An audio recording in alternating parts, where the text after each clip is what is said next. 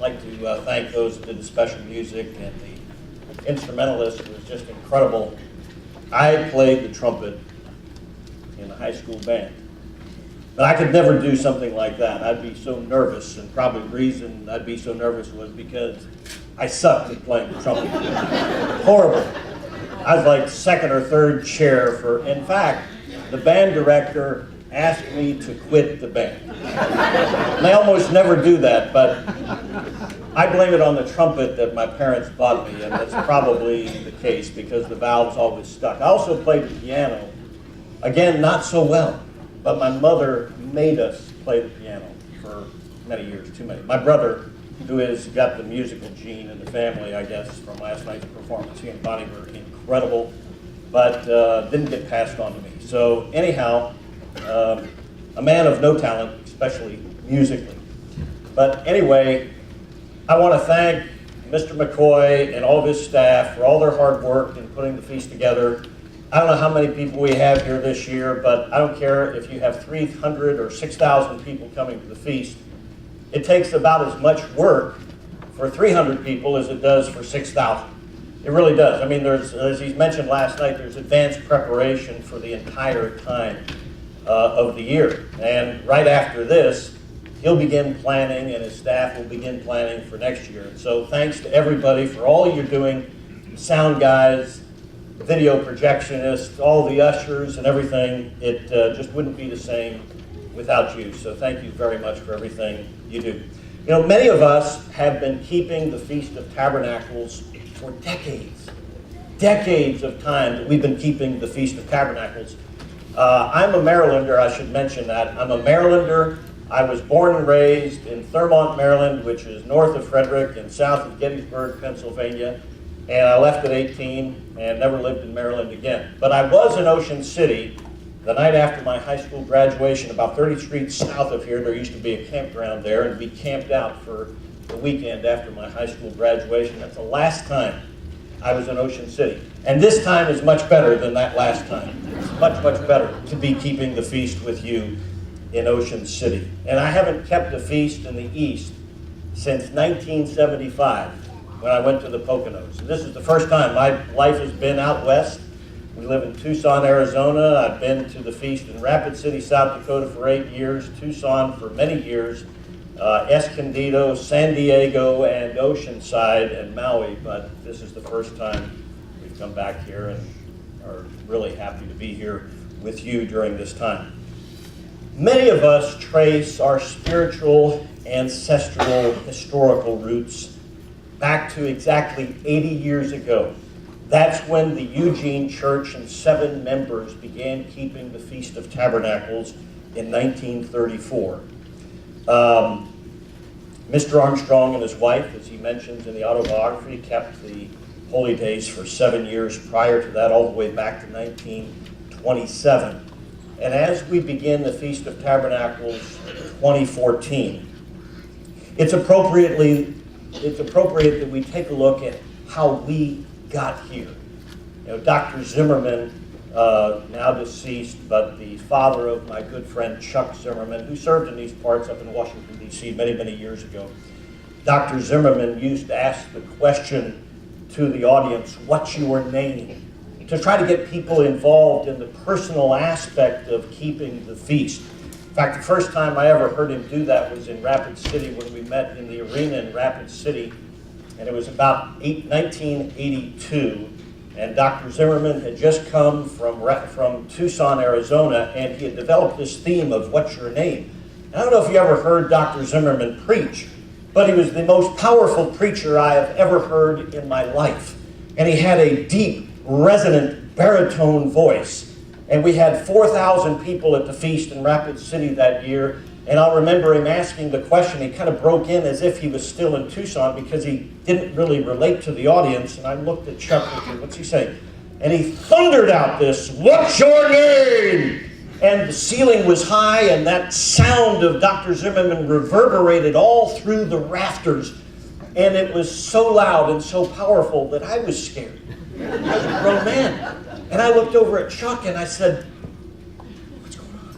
And Chuck, "Just dead, you know." So, but Mr. Armstrong asked the question, why are you here? So it's appropriate that we explore the past, the ancient past, as well as the present, and the implications that it holds for all of us today. I began attending services in November of 1971 in Hagerstown, Maryland. And I would venture to say that at that little church, which is a little small, tiny little church way out in Hicksville, and Hagerstown is actually west of Hagerstown, we probably had more people at our weekly Sabbath services than we do here today. But that's not a discouraging thing, I hope to bring out to you. But today, I'd like to explore the past, the ancient past, and the present, and the implications that it holds for all of us here today. Now, there's a story that we're all familiar with. We're familiar with this story of a man 80 years ago. We're familiar with this story of a man and how he researched the Sabbath day and how he began to understand the Bible. And then he soon learned about the annual holy days of God and began keeping them. And we understand that there was a man who published many articles and books and taught and worked very, very hard. And we trace our ancestral roots back to that individual. And there are individuals that wrote and taught about the holy days. And we know that there was a man that had an affiliation with the Church of God, Seventh Day. And he proposed the truths that you are living today to that group. But they were rejected by that body. With the truth that he had proven being rejected, he taught then a small body of believers.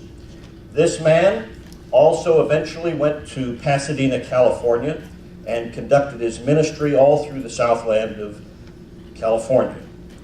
You'll remember the story and reflect on the life of Herbert Armstrong.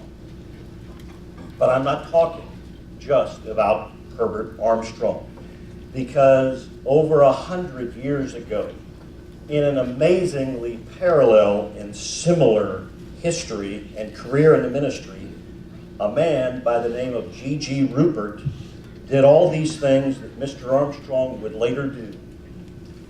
That is G.G. Rupert, an amazing individual that in the second decade of the previous century began keeping the annual holy days of God. And he had an affiliation with the Church of God, Seventh Day. And when you read the writings that this man published in the Church of God Seventh Day publication called the Bible Advocate, it's apparent that he realized the foreshadowing aspect of the holy days that we keep today. As early as 1913, G.G. Rupert published articles about the keeping of the holy days. He was born in 1847. And he died in 1932. He wrote many books and booklets and articles on a variety of subjects. And like Mr. Armstrong, he understood the identities of the sons of Joseph, Ephraim and Manasseh.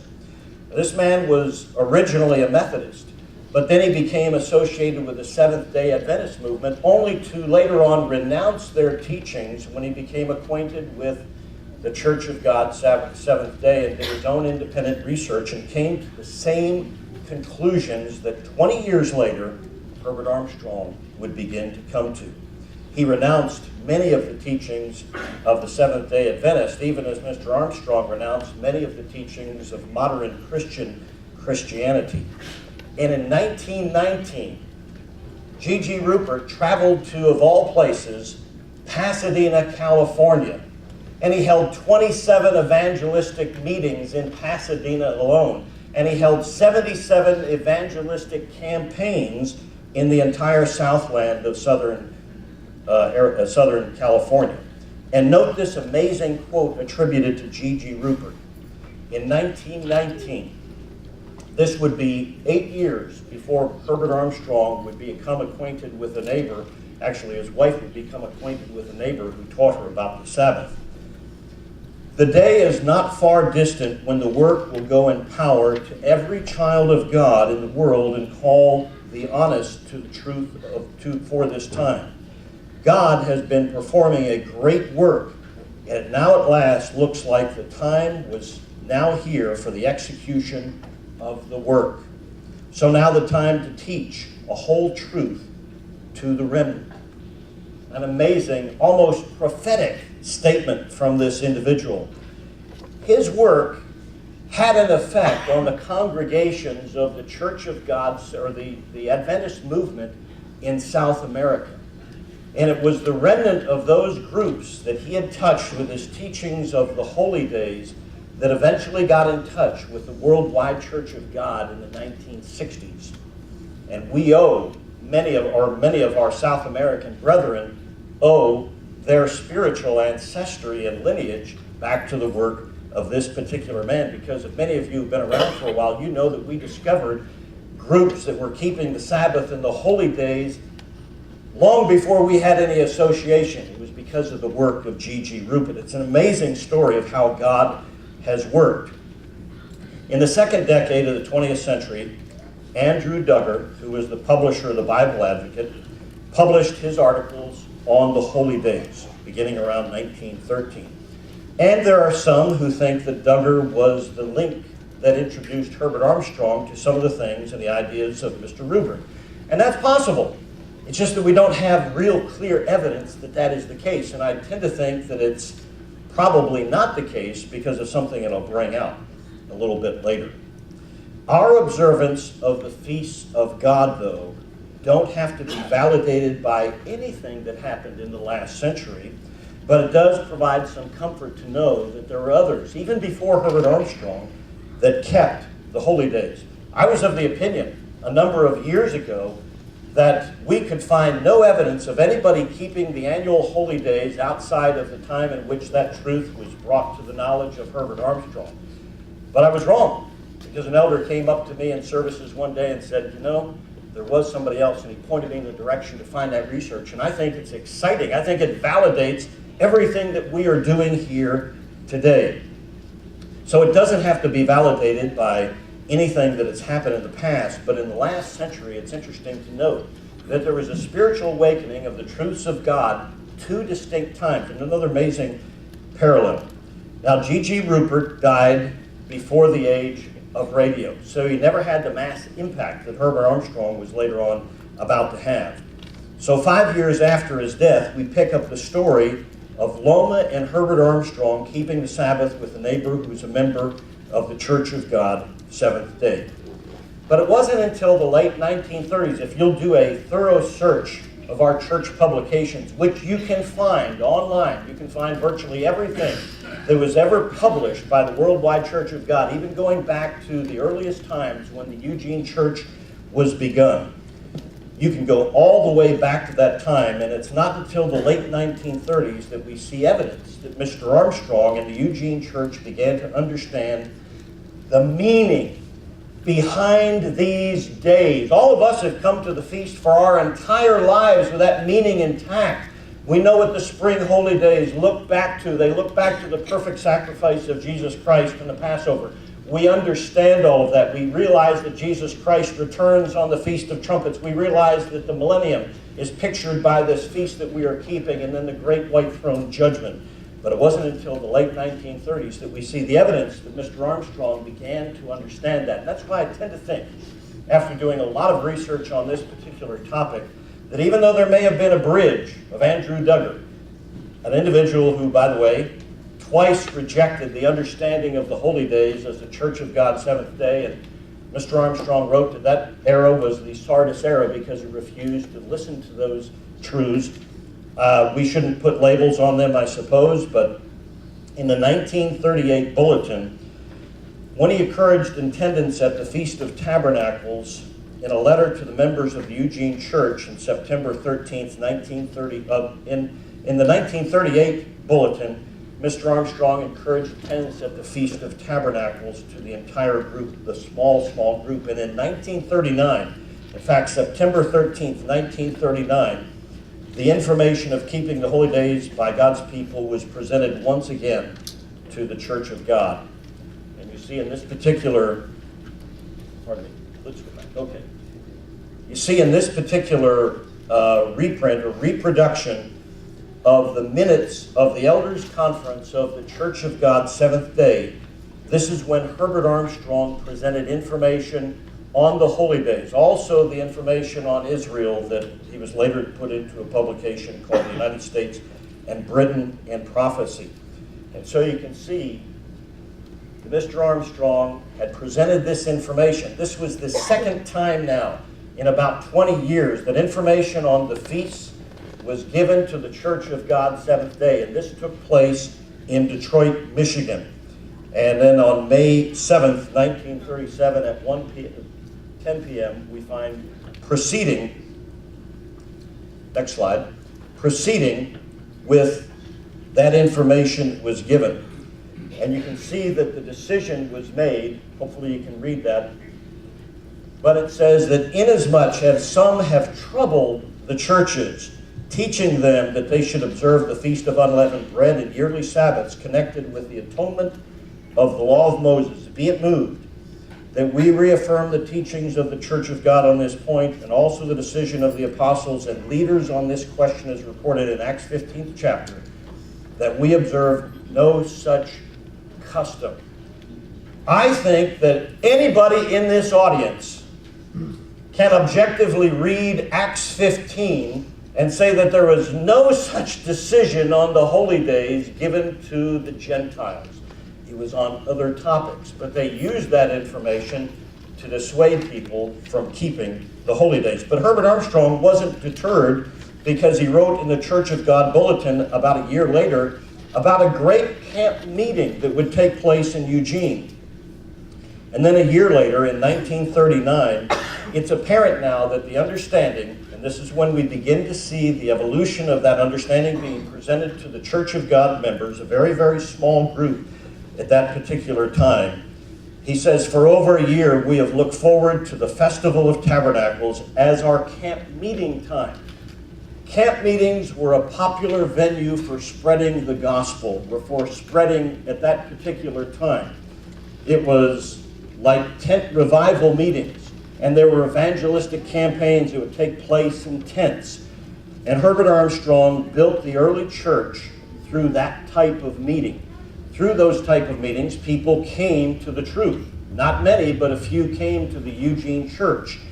Finally, Mr. Armstrong came to see that we should be keeping this feast, and he said that would be the most appropriate time for us to have a camp meeting to keep the Feast of Tabernacles, and the truth and the understanding of what those days foreshadowed began to be revealed. Now that we're within 2 weeks of the feast, we must decide at once what we are going to do. Now, it was after World War II that we find evidence of understanding what the Feast of Tabernacles means to the Church of God. And this is a co-worker letter that is reproduced from 1945. If there is a time when we need to come together in a meeting, it is now. The war has started in Europe. Oh, pardon me, this is still from 1939, a continuation of that letter, pardon me. The war had started in 1939 in Europe. The Nazis invaded Poland, they invaded virtually everywhere, as we know. Probably, he says, the last world war to be ended by the return of Christ.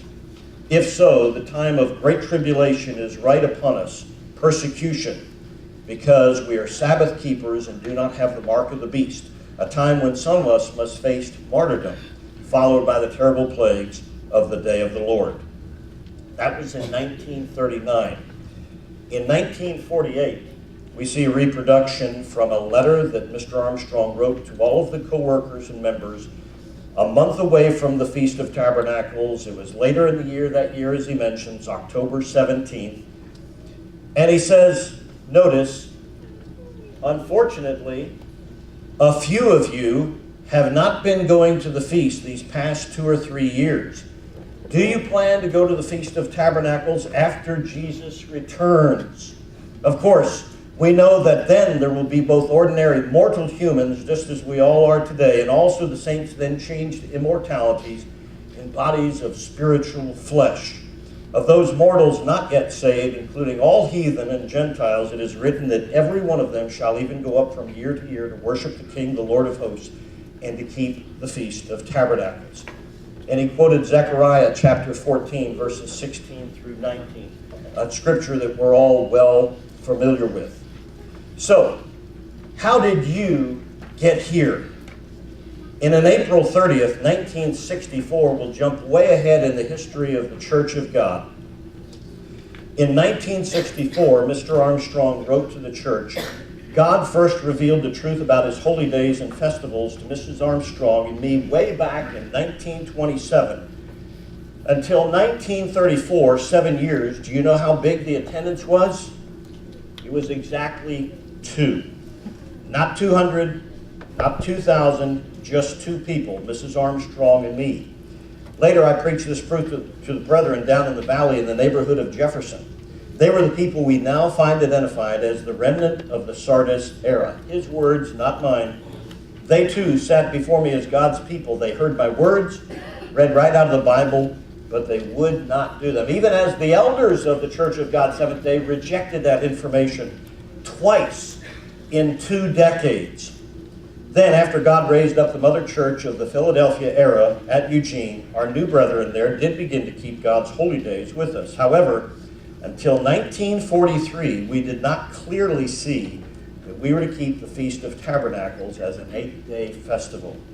During those years, until 1943, we merely kept the 7 annual Sabbaths in addition to the Passover. In the autumn of 1943, we tried to keep an 8-day festival at our little church house in Eugene. A number of new converts from Everett and Seattle, Washington came down. But most of the Eugene brethren, by force of habit, went about their regular work except on the Sabbath and the annual Sabbaths, though several would attend night services at church night weeks. In those years, they had 3 services a day, morning, afternoon, and in the evening. And then they also managed to squeeze in time for movies for the kiddies, as Mr. Armstrong wrote in an earlier message. In the fall of 1944, we did the same, but by fall 1945, that was the first year that the brethren left their homes and went to the first feast site ever at Belknap Springs, Oregon, in 1945. Away from the rest of the world, he says, getting a foretaste of the millennium, which the Feast of Tabernacles pictures to us. That fall, we went out to Belknap Springs. However, not more than 25 or 30 of us remained there for the entire 8 days. The rest of the brethren came out on the Sabbaths when we had perhaps about 65 present. It was a struggle and a trying ordeal to induce the Eugene members to leave their work and attend for the entire 8 days. The fall of 1948, we were in the 2nd year of the college, and the students, only 7 of them then, went with us to Belknap Springs. By 1950, full-time attendance was around 100. And in 1950, we were uncomfortably overcrowded at Belknap Springs with about 150. In 1952, the year I was born, by the way, in 1952, the festival was held at Ziegler Springs in California. We outgrew that Springs resort that first year with 450 in attendance, many from Texas and states east of the mountains. And in 1953, the festival was held in the first tabernacle, now the dining hall, at Big Sandy, Texas. Remember, he's writing in 1964. The building was unfinished, but we had a roof over our heads. Attendance went up to 750. The 1954 festival brought an attendance of around 1,050. In 1955, it went up to 1,500. Then in 1956 to 2,100. And we were outgrowing that original tabernacle. The 1957 festival saw 500 or more having to stand outside with an attendance of 2,750. We were desperate. Where should we go now? That's when the idea to build a tabernacle on the Big Sandy property, and it was ready for the 1958 festival by Balin Manufacturing Company, manufacturer of metal buildings from Omaha, Nebraska. He says, I'm not taking time as I rush this letter to be typed and mailed to be checked for exact figures, but as I remember it, the 1960 attendance was about 7,200. Once again, we were becoming desperate. The tabernacle was outgrown. How could we accommodate the expected 9,000 plus at the 1961 festival? Then God opened Squaw Valley, California to us. The 1961 festival saw approximately 6,500 at Big Sandy and 3,500 at Squaw Valley, close to 10,000 total. Then 1962 brought 8,000, trying to jam into the big tabernacle, another 5,000 in Squaw Valley. The total around 13,000 people. Once again, we faced a desperate situation. We had outgrown both locations. Then God opened up Jekyll Island. That's where Don McCoy said that he attended his first Feast of Tabernacles in Jekyll Island on the Atlantic coast. That was this recent festival, 1963. 4,500 attended at Jekyll Island, around 5,500 at Squaw Valley, and almost 7,000 at Big Sandy, Texas. Total just short of 17,000. We know, and many of you know, that attendance grew to a peak of almost 150,000 around the world by the 1980s. Over the next 20 years, from the time that Mr. Armstrong wrote that letter, the work, the church, festival attendance would grow exponentially through the years. And so I don't say that to disappoint anybody or to discourage anybody, because right now, as I said, we probably have fewer people here than in the local small, we called it a hick church, because we thought that that's what everybody else thought of us, because most of the people were farmers, and they were, just lovely people, but they were not erudite, and they were not city folks, and whenever we would get together for holy days in the spring, as I remember, we were dwarfed by the Washington and Baltimore congregations. We were a very, very small congregation by comparison. I like to think that what we have remaining now is an elite remnant of festival keepers. Notice anciently in Joshua chapter 18 and verse 1. Joshua 18 and verse 1, there is scant history in the Old Testament of the entire nation keeping the holy days. Not that it didn't happen, it's just that the evidence may not be there every single year. But there are just a few occasions in which it's mentioned. And many times they weren't keeping it in the proper attitude and direction. In Joshua chapter 18 and verse 1, then the whole congregation of the children of Israel assembled together at Shiloh and set up the tabernacle of meeting there, and the land was subdued before them. Do you get to see the picture? Israel had invaded this land that God had given to them. He promised he would give them rest. They kept the Feast of Tabernacles, and they enjoyed rest. What did it picture? It pictured 1,000 years of rest that would eventually become a truism for all of mankind. And we have known that since the time that we came into the church, since the time that we first attended, and since the time that we first stepped foot into the church of God and came to a feast. We have known that, and it's been in place. It wasn't until the late 30s that that information began to be revealed to the church of God that most of us trace our spiritual ancestry to. I doubt that any of us here may trace our spiritual ancestry to G.G. Rupert. Not because he wasn't effective or because he didn't have the truth, but because he didn't have the voice that Herbert Armstrong had. He didn't have the modern technology to do the work, and he died in 1922. The rest, as it says in Hebrews chapter 4, verses 8 through 11, the rest that Israel enjoyed at this particular time was just a physical type. They had entered into the land of promise. God delivered them from their enemies. They overcame it, but it wasn't a lasting rest. It was a physical type of what was going to happen. It says in Hebrews chapter 4 and verse 8, if Joshua had given them rest, God would not have spoken of later about another day. There remains then a Sabbath rest for the people of God. For anyone who enters God's rest also rests from their own work, just as God did from his. Let us, therefore, make every effort to enter that rest, so that no one will fall by following their example of disobedience. That is a command. That is an encouragement to the New Testament church of God, that we should labor to enter into that rest. And that's why you're here today. That's why you came to the Feast of Tabernacles, because you're perpetuating that history. So at the time of Joshua, for the next few hundred years, there is only one very vague reference to festival keeping in the Old Testament. And it's found in the book of Judges. And I'm not going to read through the whole thing, but Judges 19 through 21, at least I think that it is a vague reference. Now, many things had been lost in the translation of hundreds of years, and they weren't doing things properly, and they had disobeyed God. In fact, in Judges chapter 2, we find a warning from the one who had become Jesus Christ to them. He appeared to them publicly, and he told them that they were going to be punished because they had disobeyed and they had not properly subdued the land. Judges 19 through 21 describes a horrible time, a very brutal time in the history of ancient Israel. It describes a time in which the tribes of Israel go to war against the tribe of Benjamin. They go to war against the tribe of Benjamin because of what is called the sin of Gibeah. Now you tell me what's wrong with this picture. There was a Levite, there was a priest, and he had a concubine. Anybody see any problems there? Anyway, this man's concubine was abused by the townspeople of Gibeah, which was in the territory of Benjamin. She was abused to the point of death.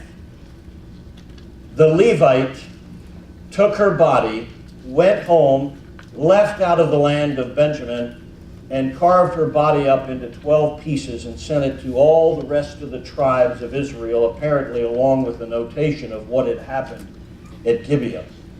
The rest of the tribes of Israel were so incensed that they demanded from Benjamin, the tribe of Benjamin, that those individuals be given over so that they could be properly executed. But Gibeah and Benjamin refused. And what follows after that time is a cascade of events that was an enormous war with well over 80,000 lives lost. And the entire tribe of Benjamin, man, woman, and child, except for 400 men who eluded and escaped and camped out in the mountains. The tribes had made a vow with one another that said, we will not give any of our daughters as wives to the tribe of Benjamin because of this hideous sin of this abuse of a Levite's concubine. You see how crazy things are, and how the prophecy that they would have problems all during that time came to pass. And the whole cycle of Judges is a time of going into captivity with other groups, and then also finally getting to the point to where their cries would be heard by God, and he'd send a judge to deliver them, and so on and so forth.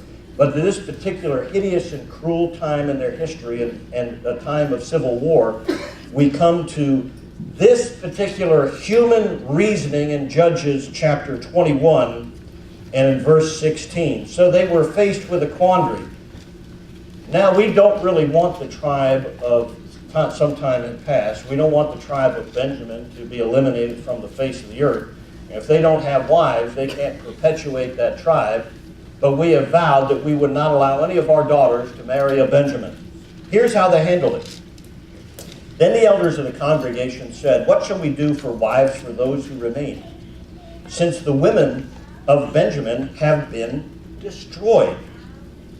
And they said, there must be an inheritance for the survivors of Benjamin, that a tribe may not be destroyed from Israel. However, we cannot give them wives from our daughters to wife for Benjamin. Then they said, in fact, there's a yearly feast of the Lord in Shiloh, which is north of Bethel on the east side of the highway that goes up from Bethel to Shechem and south of Lebonah. Therefore, they instructed the children of Benjamin, saying, okay, look, go lie in wait in the vineyards and watch.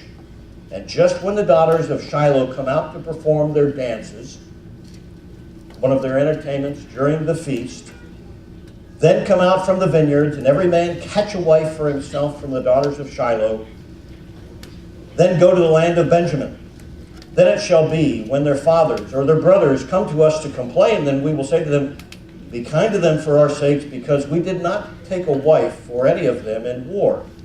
For it is not as though you have given the women to them at this time, making yourselves guilty of your oath. And the children of Benjamin did so, and they took enough wives for their number from those who danced, whom they caught.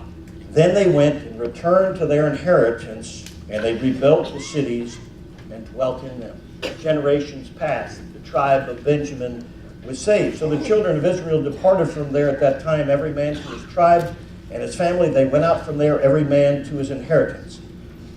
And so we have the record of the first singles dance at the Feast of Tabernacles. Probably shouldn't make light of a horrible tragedy and event, but at the time of Joshua's death, Israel had been warned, and you'll find that in Judges 2, that they would be punished for their disobedience. And the end result of the book of Judges is that what? Every man did what was right in his own eyes. We know that Israel and its kings were eventually carried off into captivity because they refused God's instructions. Later, Judah also followed, and eventually a remnant of Judah returned to Jerusalem and began to keep the feast once again. And we find that story in Nehemiah in chapter 8 and verse 17. And for the first time recorded after this time of Judges, we see, and maybe there are some other references during the times of the kings, King David and King Solomon, but we see this specified in this particular chapter hundreds of years later in Nehemiah 8 and verse 17. The whole company that had returned from exile built booths and lived in them. From the days of Joshua son of Nun until that day, the Israelites had not celebrated it like this, and their joy was very great. Day after day, from the first day to the last, Ezra read from the book of the law of God, and they celebrated the feast for 7 days, and on the 8th day, in accordance with the regulation, there was an assembly. We find instruction in Exodus 12 and 13 about the spring holy days. We find all the instruction about keeping the feast in Leviticus 23 and Deuteronomy 16. But it was to these descendants, hundreds of years later, that Jesus Christ would come to, and as a result of the reforms of Ezra and Nehemiah, those folks were still keeping a Feast of Tabernacles. And John, in chapter 7 of John, records the interaction of Jesus with his family and the people and the religious leaders of the day. Notice this in John chapter 7 and in verse 1. This is 30 A.D. After these things, Jesus walked in Galilee because he did not want to walk in Judea because the Jews sought to kill him. Now the Feast of Tabernacles was at hand. His brothers therefore said to him, "Depart from here and go into Judea, that your disciples also may see the works that you're doing. For no one does anything in secret while he himself seeks to be known openly. If you do these things, show yourself to the world." In 30 A.D., Jesus Christ had probably the most valid reason for not going up to Jerusalem that anyone could have, because with the threat of death looming, he had a kind of a legitimate reason for not going, right? Verse 5, even his brothers did not believe in him, at least at that time. Then Jesus said to them, "My time is not yet come, but your time is always ready. The world cannot hate you, but it hates me because I testify of it that its works are evil. You go up to this feast. I am not yet going up to this feast. My time is not yet fully come." When he had said these things to them, he remained in Galilee, but when his brothers had gone up, then he also went up to the feast, not openly, but as it were in secret. In verse 14 it says, "Now about the middle of the feast, Jesus went up into the temple and taught. And the Jews marveled and said, 'How does this man know letters, having never studied?'" Christ didn't keep the feast of 30 A.D. just for tradition's sake, just because it had been habitually taught to him. It was because there was meaning, and he knew that there was meaning associated with these days, and you know that as well. All of these days have meaning, and they foreshadow the future. And on this particular feast, in verses 37 and 39, there was additional information added that we are very happy to have regarding the end of the feast and the last feast that we keep in the year. On the last day, that great day of the feast, Jesus stood and cried out, saying, "If anyone thirsts, let him come to me and drink. He who believes in me, as the scripture has said, out of his heart will flow rivers of living water." But this he spoke concerning the Spirit, while those believing in him would receive, for whom those receiving in him would receive, for the Holy Spirit was not yet given, because Jesus was not yet glorified. The result of his attendance at the feast and his teaching at the tabernacle, or his teaching at the temple, was that a piece of the puzzle was added regarding what we understand about what is going to happen for all of mankind at the time of the great resurrection. The whole family of God is going to be expanded by billions of people. So under the greatest threat of all, Christ attended the feast to provide understanding for us. And he came to a temple, that temple which had been built a second time through the direction of a lot of individuals, Zerubbabel and many, many others who were involved against the odds, and rebuilt that temple so that there would be a temple in place as a center of learning in the land, a center of instruction and religiously, and a center to which Jesus could come and present this additional truth. And so from here we have an example of Paul in Acts 18. You can just jot it down and look at it later. In Acts 18, explaining that he would have to leave Ephesus to attend the feast in Jerusalem. And to the Corinthians, Paul explained the spiritual meaning behind the days of unleavened bread in 1 Corinthians chapter 5. And to the Colossians, he explained in chapter 2 that these days foreshadow the future. You know all of that.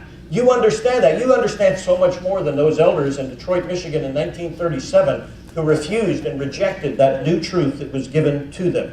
And in Acts 2, on the day of Pentecost, Peter explained the prophecy of Joel and related it to the day in which they were keeping at that very time. And that's why you're here today. That's why you are also a part of this thread of history. In an amazing and fantastic fashion, the holy days of God have been preserved and kept by the people of God. Malachi 3 and verse 1 says, "Behold, I send my messenger, and he will prepare the way before me," John the Baptist. "And the Lord whom you seek will suddenly come to his temple." He did that in 30 AD as a type of what would happen in the future. "Even the messenger of the covenant, in whom you delight. Behold, he is coming, says the Lord of hosts." Do you realize that by keeping the Feast of Tabernacles and being here in Ocean City, Maryland, or being at any feast site at any time, now or in the future, you have been a part of the holy temple of God? The physical temple existed as a place where the law of God would be preserved and awaiting the arrival of the Son of God. And 2,000 years ago, Jesus fulfilled a part of this prophecy. But Christ came to the temple, brought forth the truth of his eternal plan, even though nobody at the time understood it. Nobody understood it at that particular time.